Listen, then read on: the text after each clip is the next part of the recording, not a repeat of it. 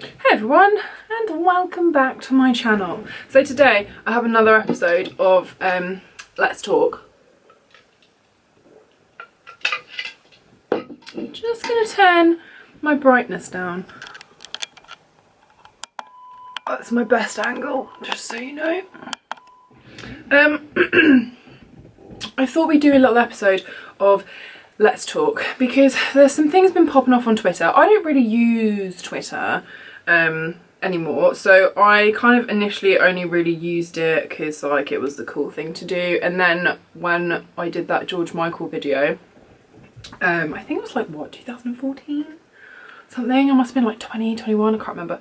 I got a load of new followers on there, and it was really kind of encouraged by my agency at the time to, like, you know, be interacting and doing all that shit, and then nothing ever came of it, and now I live with my parents again, so, you know, fuck it.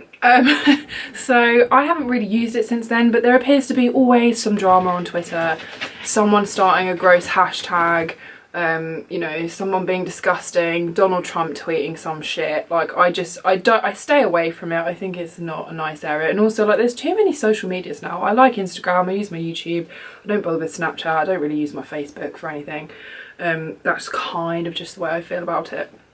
By the way, I'm going to be putting on some makeup. I'll leave everything in the description box down below for you, in case you want to know what I'm using, but I'm not going to be talking you through because it's a Let's Talk. So I kind of stay away, but I have noticed, if you can hear Gary, I mean, you know by now if you've been here, I have a bearded dragon, he's very noisy. I don't know if anyone else has seen this. I mean, you must have done unless you've been living under a rock. There is a hashtag going around called Not My Ariel. Now, for those of you who are not aware, this relates to the new live action film that Disney is bringing out of The Little Mermaid. And this, of course, is a Disney classic. I believe, if I'm not mistaken, it was released in 1990, which is the year, well, 3 years before I was born. I grew up with it. I absolutely adored it. It was one of my favourites. I love the fact she had red hair. Like, if I wasn't modelling, I would probably keep it brunette on top and have, like, bright, fiery red underneath or something. But, you know, got to be commercially friendly, so bang goes that dream. So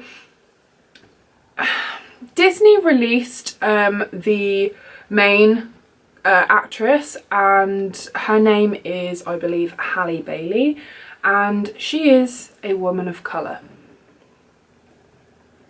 Just let that sit for you for a moment.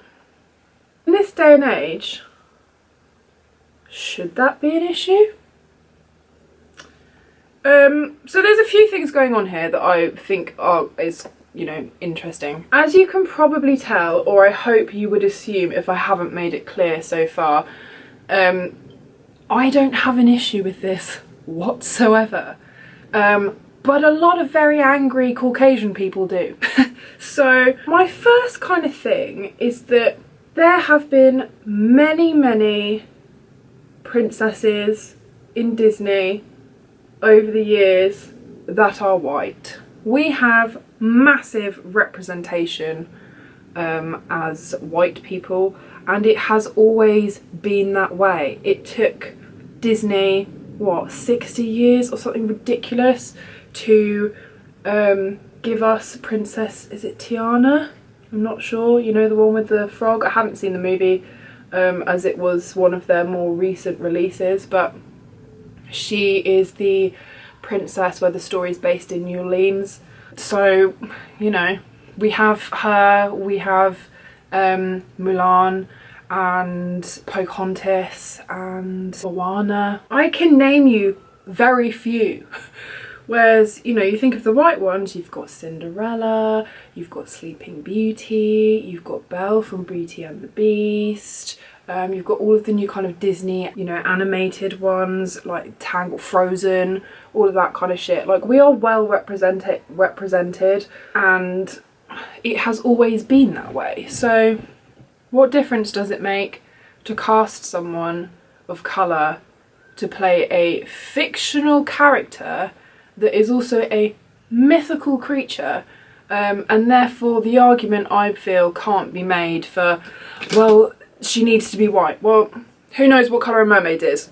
They don't exist. So that's my first kind of point, is we have plenty of white princesses and white representation in Disney movies. That's not something that we really need to be worrying about. And people of colour, whether you're kind of Asian or African American or, you know, whatever other race you are, there is lack of representation. There are a handful and some of those are very recent. And also the storylines, there were some arguments made that well, when Pocahontas comes out as like a real life thing, then we need to cast a white person as Pocahontas. No, that's not how it works. You cannot do that. Her whole story is based around how her race and culture is a massive thing to overcome. And also just think it's really inappropriate for you to whitewash certain characters and cultures that are minority, especially when you look at Native American history. Like, really insensitive, really disrespectful, totally inappropriate. Why would you even argue that? Just no. And, you know, other than that, as I've mentioned, the fact that she is a Native American is kind of integral to the storyline. Whereas if you're a mermaid who wants legs, like, not really an issue if you're white or black or whatever. It does not matter. So those are a few issues that I have. On a personal level, this young woman, like, this is like her first big role. I believe that Jay-Z and Beyonce kind of discovered her and her singing partner. I apologise for it, you know, being ignorant. I really don't know who they are. I'm not familiar with the music, but apparently Beyonce and Jay-Z kind of found this singing duo and took them under the wing, and they've had some success. Now, this is her first acting gig, and if I was a young woman, forget what colour I am. It doesn't matter, it's not relevant. And I had this massive acting gig, and it was like my first big thing, and I was really excited about it. To then see the outrage of thousands of people because I'm not the right colour would be disheartening and awful and probably quite upsetting. I just think it's on a personal, like, she's a human being too level. Although I'm sure, like, you know, she will be encouraged by those around her to separate that from, like, her personal self. It's still something really difficult to handle, and seeing that trending on Twitter and wherever else it's trending is just, it must be fucking awful, it must be shit. I'd also like to mention that I find it really interesting that it is, it's the adults that are upset about this. If you think about it, kids don't really care about this kind of thing. Kids don't really see, you know, when their friends are a different colour, they don't see the colour, they just see, oh, that's my friend. It's the adults that are getting ridiculously upset about this crap that doesn't really matter. And I'm not a parent, by the way. If my child were to come up to me and say, oh, I thought Ariel didn't look like that, I would say, oh, well, that is Ariel, that's just what she looks like now. And they would think nothing of it and go along on their merry way and go back to playing with their mates. It's just something that children don't think about. So why is it an issue? You know, these movies, I'm sure, will be viewed by adults and stuff as well, because it's just part of, like, what a lot of us grew up with. But on a base level, isn't it so wonderful that children don't think that way? And should we not be taking a leaf out of their books and thinking, well, if it doesn't matter to them and these are kids' movies, why the hell should it matter to us? That's what upsets me the most. It's like, we're adults. We should have a better understanding of the history of oppression and white privilege, and, you know, how finally there's some representation for people of different races. And why anyone will be outraged at that, I do not know. And especially if these movies are for children, you know, they're not going to be bothered.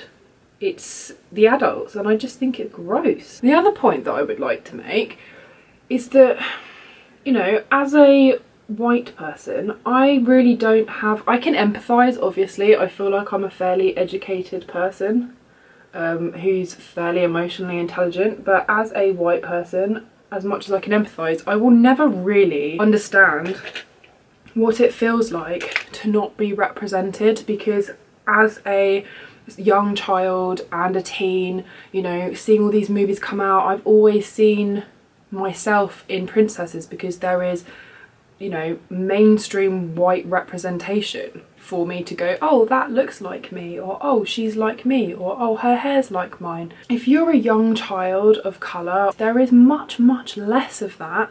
And so should we not be celebrating that actually, like, the children that are growing up in this day and age now will have those similarities to go, hey, that movie I like, that princess looks like me. Like, that's really cool. And it should be something to be celebrated.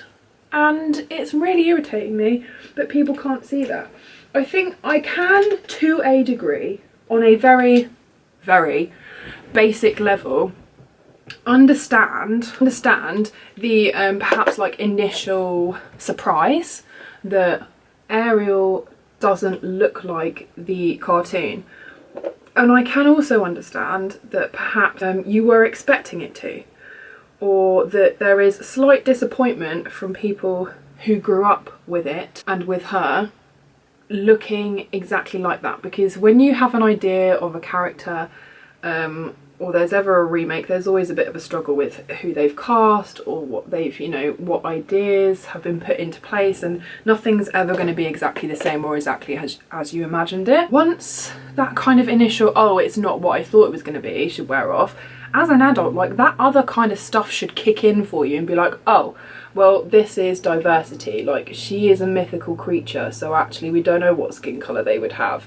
It's a cartoon, now it's a real life. Oh, that's brilliant for young kids that look like her to feel represented. All of that other stuff should kick in for you.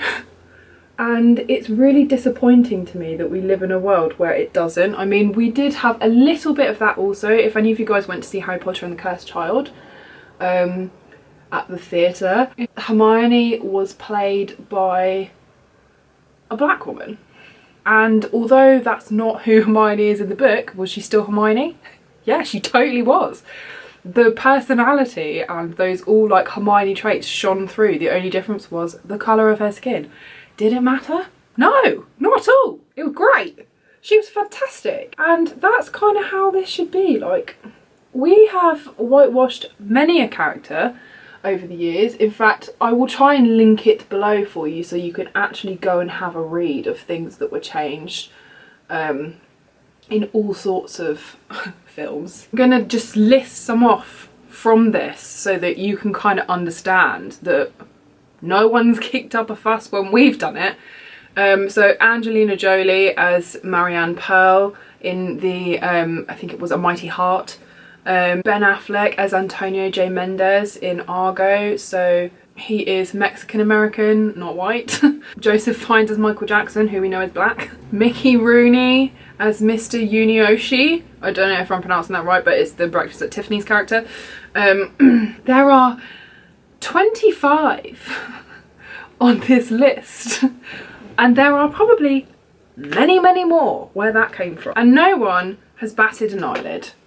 And yet the one time a mythical creature that was originally a cartoon gets casted and she's black, that's an issue. Why? Why is that an issue? I just don't understand it. Like, it really, it just grinds my gears that we can't kind of think past this initial outrage of that's not what I wanted. Well, sometimes there's a bigger picture, and of course, yes, Disney is a massive corporation and it is probably brilliant PR, and the talk surrounding this, because they probably knew that there were going to be certain people that were going to be outraged by this decision, also works in their favour, because it gets people talking more about the release, it gets a conversation going, it starts hashtags trending, everyone's interested, everyone's reading about it, and everyone is going to be keeping a really close eye and wanting to go see whether it's as bad as they think it is, or, you know, not, or whatever. So they've won. All of this outrage is probably exactly what they wanted, and actually for the rest of the people it's more money, because you know, people of other cultures are going to think, oh, I feel like I'm being represented here, I'll go spend money at Disney. Finally things are changing. That's one thing that I will now, you know, I'm prepared to back. And so it's working in their favour. It's all about money and, you know, good PR and diversity and all that stuff is like in, because we live in this world where, you know, things should be changing like that, but everything kind of is very politically correct right now, and it is more inclusive, and all these things are great. But it's also a money making scheme for these companies, because, you know, the more size inclusive you are, the more race inclusive you are, the more money you can make, because people that were maybe in minority groups before that weren't represented, who would never shop there or buy your product or whatever, are going to do that for you. So it pays to do that as a company, of course it does. We're not blind to that. But at the same time, this should have been happening already. So there you go. I would like to know what your thoughts on this are. I hope I've made kind of my feelings clear. Probably have, and that you kind of understand where I'm going from. Like, I hope that I've used kind of correct terminology and stuff. If I haven't, please forgive. But yeah, I just thought it was really interesting that that's something that started a trend. Like, it's brilliant to me that social media gives people that maybe haven't been heard before or have a smaller voice a voice, and that all of these kind of movements take off whereas they wouldn't beforehand. And I think that's fantastic, but it also kind of gives a voice to people that maybe are ignorant, don't think about things properly. And I just feel like this situation is ignorant and misguided at best, and racist at worst. So that's my kind of 2 cents on it. As I said, I kind of can understand the surprise initially, but if you think about it like an adult and you look at the history of Disney and, you know, other races in general, I kind of feel like this is great, and why should we white people be fucking pissed about it? We shouldn't. We really shouldn't. And it, like, you can see I'm just gonna go now because I'm getting irritated just thinking about it. Anyway, I hope you're having a wonderful day wherever you are. Please do leave me a comment down below and tell me what you think of it. Whether you still want to go see it, whether you are a person of colour and you think it's fantastic, or you've got kids that you're excited about that will be able, you know, to feel some kind of similarity to this character now. Let me know down below. Also leave me a comment saying what you'd like to see next. And yeah, hit that thumbs up button if you've enjoyed this video, hit that subscribe button as well, and I will see you very soon. Okay, bye.